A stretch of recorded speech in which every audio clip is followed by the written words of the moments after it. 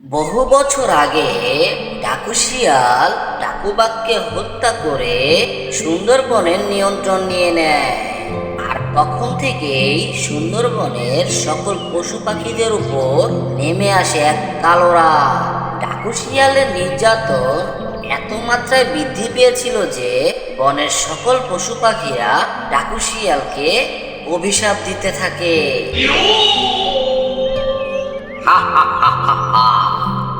বুঝছিস রে আমার সেনা, সেই যে বহু বছর আগে ডাকুর বাঘকে আমি হত্যা করেছিলাম, তারপর থেকে আর কখনো কোনো যুদ্ধে জড়াইনি।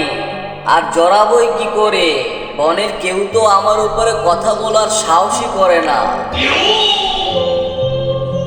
যা বলেছেন ওস্তাদ, আপনার কথায় অনেকটা যুক্তি রয়েছে। আর তাছাড়া এই বনে একমাত্র দুইটা যোদ্ধাই তো ছিল, একটি আপনি, একটি হচ্ছে ডাকুবাঘ। কিন্তু ডাকুবাঘ তো আপনার কাছে আনারই ছিল, সে আপনার সাথে তো কখনো পেরে উঠবে না। এটা আপনিও জানেন, আমিও জানি, বনের সকল পশু পাখিরা জানে। ঠিক বলেছিস, কিন্তু আমি একটা জিনিস কোনোভাবেই মানতে পারছি না, বুঝতে পারছিস? কি হয়েছে আবার?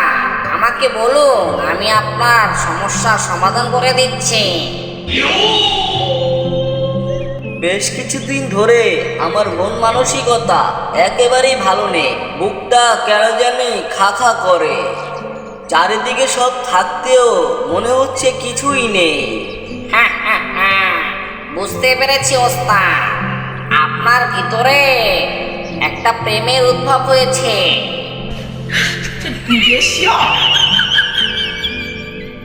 প্রেমের উদ্ভব? আমাকে একটু বিষয়টা ক্লিয়ার কর। ওস্তাদ, বেশ কিছুদিন ধরে বনের সকলে বলা বলি করছিল, বনে তো রাজা আছে, বনে আমরা সকলে আছি, কিন্তু বনে একটা শূন্যতা রয়ে গেছে। সেই শূন্যতাটা এখন পূরণ করার সময়। কি শূন্যতা? আমার বনে তো কোনো শূন্যতা থাকার কথা নয়। আমি তো আমার বনটাকে নিজের মতো করে সাজিয়েছি। তবে কিছু একটা শূন্যতা হতে পারে, যার জন্য আমার ভেতরটা কেমন ফাঁকা ফাঁকা লাগছে। ঠিক ধরেছেন ওস্তাদ, আসলে বনে এখন একটা রানীর প্রয়োজন। রানী ছাড়া বন একেবারেই ফাঁকা ফাঁকা লাগছে। তাছাড়া এখন তো আপনার বিয়ে করার বয়সও হয়েছে। ঠিক বলেছিস তুই, আমার এখন একটা বিয়ে করা দরকার। বনে রাজা আছে, বনে সকল পশু পাখিরা আছে, কিন্তু বনে একটা রানী নেই। এখন রানী আসার সময়। তুই একটা কাজ কর, আমার জন্য মেয়ে দেখা শুরু কর। আমি খুব দ্রুত ওই বিয়ে করে বনের এই শূন্যতাটাকে কাটিয়ে উঠতে চাই। কিন্তু ওস্তাদ, আপনার জন্য মেয়ে দেখবো কোথায়? কেন? এই বনেই দেখবি। এই বনে তো হাজারো মেয়ে রয়েছে, সেখান থেকে একটা যাচাই বাছাই করে নে। ওস্তাদ, বেয়াদবি মাফ করবেন, আমি চাই আপনি এই বনে বিয়ে না করুন। কারণ এই বনে যদি আপনি বিয়ে করেন, তাহলে কোনো কারণে যদি আপনার কোনো শত্রুপক্ষের মেয়ে আপনার ঘরে রানী হয়ে আসে, তাহলে কিন্তু সে আপনার যাবতীয় সমস্ত খবর পেয়ে যাবে। এতে করে কিন্তু আপনার বিশাল এক ক্ষতি হয়ে যেতে পারে। ঠিক বলেছিস, এই বিষয়টা তো আমার মাথায় ঢুকেনি। তাহলে তুই এক কাজ কর, আমি তোকে একটা ঠিকানা দিয়ে দিচ্ছি, সেখানে চলে যা।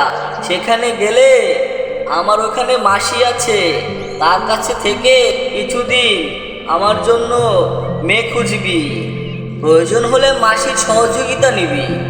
একটা ভালো বুদ্ধি করেছেন।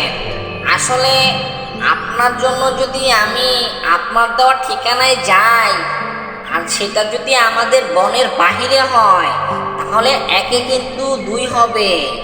আপনার বন আপনার নিয়ন্ত্রণে থাকবে, আর আপনি যদি অন্য বনের কাউকে বিয়ে করেন, তাহলে সেটাতেও আপনি আধিপত্য বিস্তার করতে পারবেন। এতে করে আপনার শক্তিও কিন্তু বৃদ্ধি পাবে। ঠিক বলেছিস। এখন আমি তোকে যে ঠিকানাটা দিচ্ছি, সেই ঠিকানা অনুযায়ী তুই চলে যা। আমার মাসির বাড়ি হচ্ছে আমাজন বন, সেখানে আমার মাসি আছে। তার সাথে দেখা করে আমার ব্যাপারে বিস্তারিত বললেই সে বুঝে যাবে। তার ওখানে বেশ কিছুদিন থেকে আমার জন্য সুন্দর দেখে একটা মেয়ে নির্বাচন করবি। তারপর আমি খুব দ্রুত বিয়ে করে বনের শূন্যতা দূর করতে চাই। আপনি কোনো চিন্তা করবেন না ওস্তাদ, আপনার আদেশই হচ্ছে শিরোধার্য। তাহলে আমি কালকে ভোর ভোর রওনা দিই, কি বলেন? আরে না, কালকে ভোর ভোর রওনা দিতে যাবি কেন বোকা? তুই আজ বিকেলের ভিতরেই রওনা দে।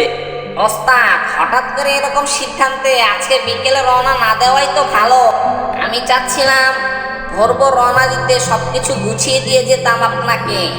এমনও তো হতে পারে আসতে আসতে 6-7 দিন সময় লেগে যেতে পারে, তখন তো আপনার চলতে অসুবিধা হয়ে যাবে।